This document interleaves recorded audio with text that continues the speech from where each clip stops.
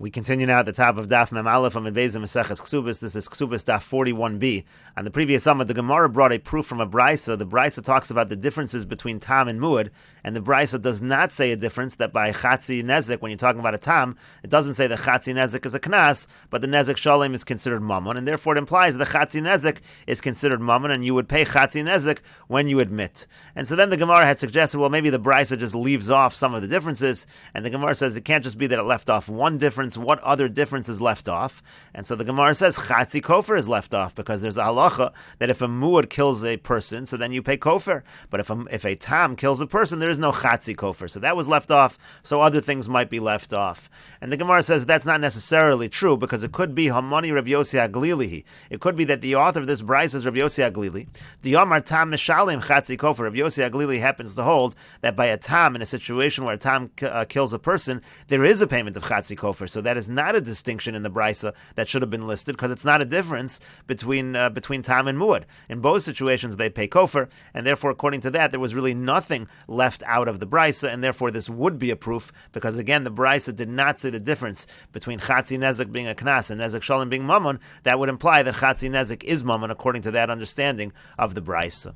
And the Gemara continues, Tashma, come in here, another proof. Hamis Shori es Ploni, O Shoro Shal Ploni. This is what the Mishnah said. It says, let's say a person admits that my ox scored so-and-so, or my ox scored the ox of so-and-so.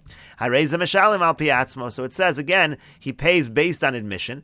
And so therefore, in this situation, if it's saying pays based on admission, my lav betam, isn't it talking about a situation of a tam as well, where the ox, my ox that gored was actually a tam, and apparently you do pay by admission, apparently it's not a kanas. And the Gemara says, lo no b'muad, it could be the Mishnah is talking about a muad, we're not talking about a tam at all.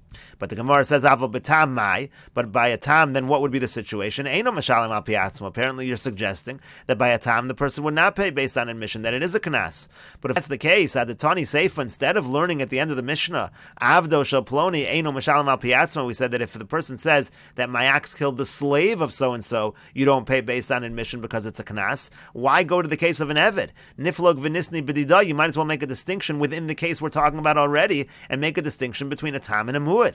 B'amed devarim amurim b'muad, when do we say that you pay based on admission, that's by a muad? Avol tam eino mishalim al piatzmo, just simply say that any time a tam gores, you don't pay based on admission because it's a knas.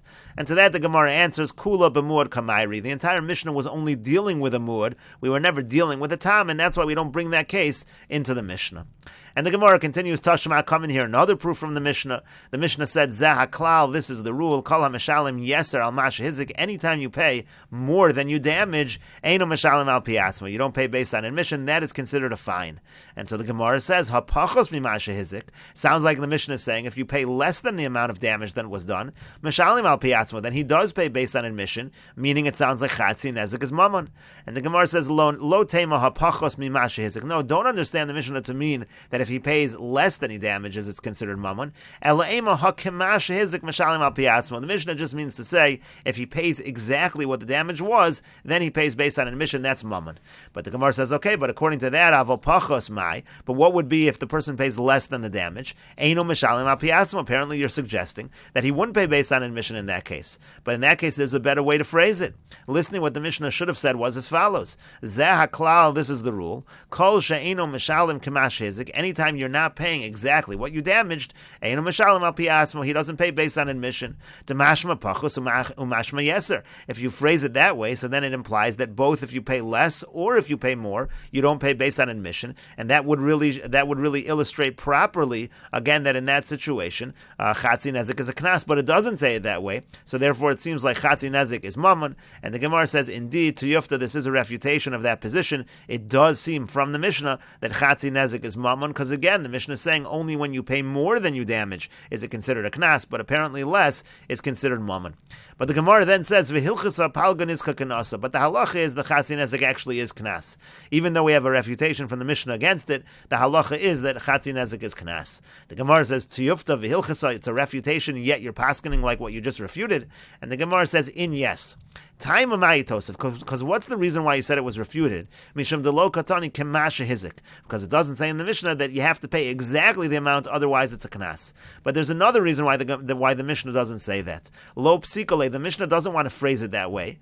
Kevan deika chatzi nezek tzroros, because there's another case of chatzi nezek. It's called tzroros, which refers to pebbles. Let's say a person's animal is walking, and in the course of walking, the animal kicks some tzroros, kicks some pebbles, and those do damage. So in that case, you also pay chatzi nezek, but that's an exception. There, everybody agrees. The hilchasa gemiri la demamono. There, it's a halacha l'moshe misinai, and there it's considered mammon. And so, therefore, there's certainly at least one case where you're not paying the full damage, where it's considered mammon. Misham hachi lo katani, and that's the reason the Mishnah doesn't say that you have to pay exactly the amount. There is a case of mammon where you're paying less, and therefore the Mishnah is not necessarily a proof one way or another.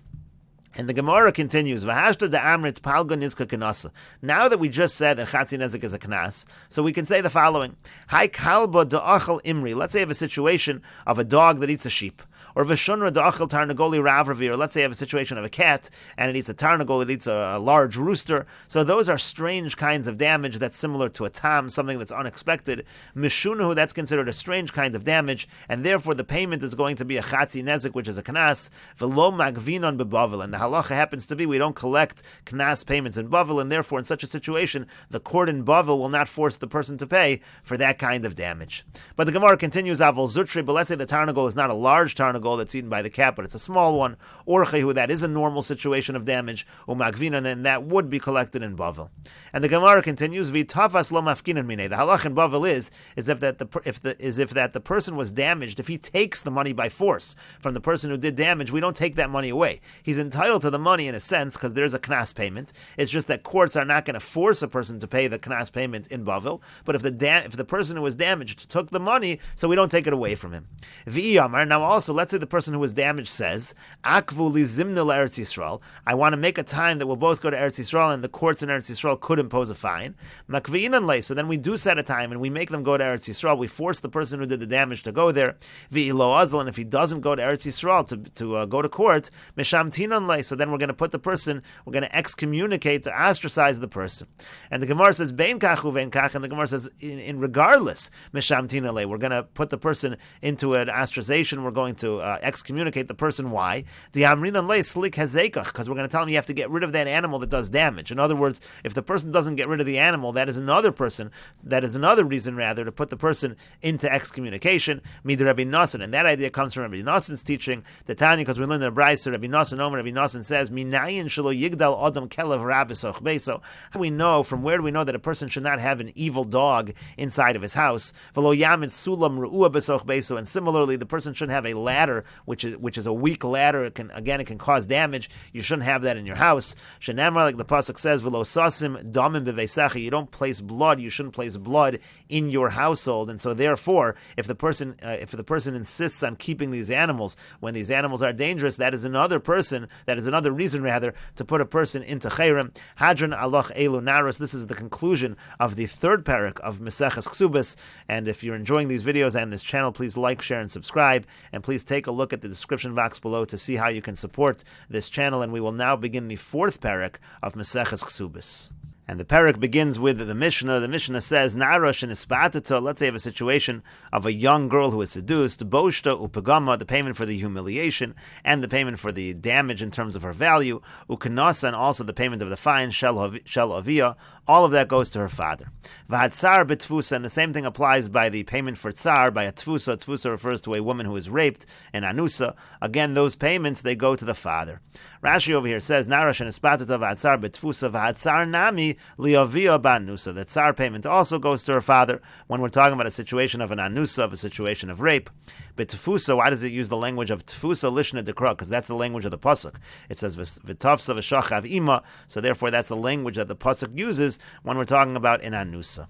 And the Mishnah continues, Amda bedin, let's say she goes to court, ad shalom meisa'av, and that court case takes place before the father dies, harei hein shel av. So then again, the payments go to the father.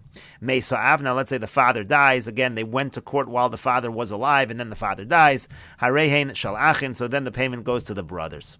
Lo hispika lamod bedin. Now, if she didn't even go to court, ad shemesa av, and the father died before the court case even began, so harei hein shel atzma. So in such a situation, the payment goes to her, and we'll see Rashi in a moment who explains this. Amda bedin ad shelo bagra. Now, let's say the court case happens before she reaches full adulthood, before she's a bogeres, harei hein shel av, then the payments go to the father. Mesa av, and again, if the father dies, harei hein shel achin, the payments go to the brother. Lo hispika lamod bedin ad shebagra. But if the court case only begins after she's already a bogeres, after she's already a full adult, harei hein shel atzma, then the payment is going to go to her. Rabbi Shimon says, Im lo hispika ligvos, if the collection of the money has not happened, ad shemesa av, and then the father dies and he's not able to collect, harei hein shel atzma, then the money does go to her, even in a situation where the father may have been alive for the beginning of the court case, but if the father dies and does not collect, it does not go to the brothers, rather it goes to her. And Rashi over here says, Lo hispika lamod bedin. Let's say again there was no court case. Kevan de lo amda bedin. Rashi explains, if there hasn't been a court case yet, so lav mamon hu lo horisha labanav. It's not considered his money. It's not the father's money to then allow the sons to inherit it. So in other words, if they went to court and the court already said, or the court case began and the court is ruling that it goes to the father, so then it's considered already the father's money, and if he dies before he gets a chance to collect the money, it goes to his sons. But if they haven't even went to the court situation yet, and at that point in time now they go, and then the father's already died when they go to court, so at that point in time it's not considered mammon to give it over to his sons, and really she's going to get it. We're going to say later on, a person can't give over to his son as an inheritance a merit that he has in the daughter, meaning like over here there are certain payments that he gets through the daughter, but it hasn't yet been his money in terms of court. The court hasn't determined yet that it's his money, so that he can't give to his sons. Now from Sukkim, and that's why in that situation it goes to the daughter. Now, if the father dies already, after they already went to court, when she was a young girl, they went to court. Bein bagra koda misa bein lo bagra. It doesn't matter whether she became an adult before he died or whether she didn't become an adult before he died. That's irrelevant. Now they've already went to court when she was a nara, and the money is ruled to go to the father. Harei and shalachin. So then again, then it does go to her brothers because they're the inheritors of the father. Once they already had a court case, so then already the father, it's as if it's his money, and therefore if he dies, the money goes to the sons. Rabbi Shimon says, even though there was a court case, it is still not considered the money of the father to go to his sons. It has to actually reach his hands to be considered his money to go to his sons as the inheritors of his estate. Over Gemara, y'all have time in the Gemara, we'll learn this out, and we'll continue with this discussion in the next video on Daf Mem Beis Amud Aleph.